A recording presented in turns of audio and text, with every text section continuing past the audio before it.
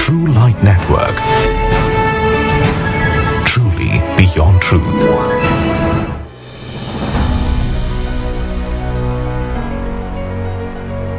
உலகின் பாதுகாப்பான நாடுகளின் பட்டியலில் நியூசிலாந்து 3வது இடத்தில் உள்ளது. இதில் அதிர்ச்சிகரமான செய்தி என்னவென்றால், நியூசிலாந்து நாட்டில் 40க்கும் அதிகமான பயங்கரமான ரவுடி கும்பல்கள் இருப்பதாக சொல்லப்படுகிறது. லக்கி டிகோஹா என்பவர் சிறுவயதில் குடிகார தந்தையின் வன்முறையினாலும் பாலியல் வன்கொடுமை மற்றும் செரி ஃபார்ம் என்ற அரசு மனநல நிறுவனத்தில் நடந்த கொடூரமான சித்திரவதைகளை எதிர்கொண்டதாலும் அவர் தனது இளம் வயதிலேயே போதைக்கும் ரவுடி கும்பல் வாழ்க்கைக்கும் அடிமையானார். பல குற்றச் செயல்கள் மற்றும் சமூக விரோத செயல்களில் ஈடுபட்டு வாழ்ந்து வந்தார். ஆனால் தற்போது அவர் இயேசு கிறிஸ்துவை ஏற்றுக்கொண்டு ஒரு கிறிஸ்தவ போதகராக மாறியுள்ளார்.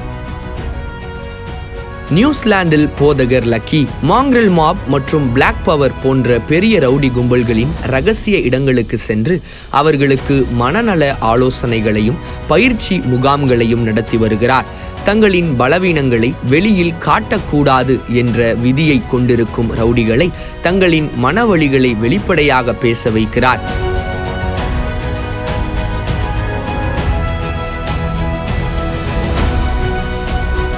இதன் மூலம் அவர்களின் போதைப் பொருள் பழக்கம் மற்றும் குடும்ப பிரச்சனைகளுக்கு தீர்வு காணப்படுகிறது. ஆபத்து நிறைந்த ரவுடி கும்பலின் மத்தியில் சுவிசேஷத்தை தைரியமாக அறிவித்து வருகிறார். போதகர் லக்கி டிகோஹாவை குறித்து நியூ லைஃப் சர்ச் போதகர் கூறும்போது,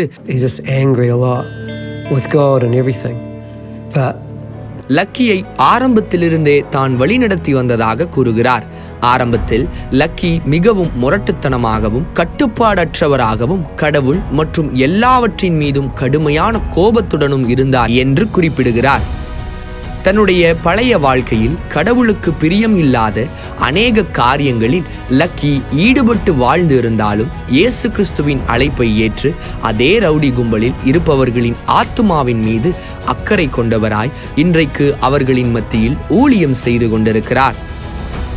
போதகர் லக்கியை போல நியூசிலாந்தில் உள்ள ரவுடிகள் சீக்கிரத்தில் ரட்சிக்கப்படவும் இயேசு கிறிஸ்துவை ஏற்றுக்கொள்ளவும் நாம் ஜெபிப்போம். Subscribe to True Light Christian TV and click the bell icon to receive notifications about our new programs and updates.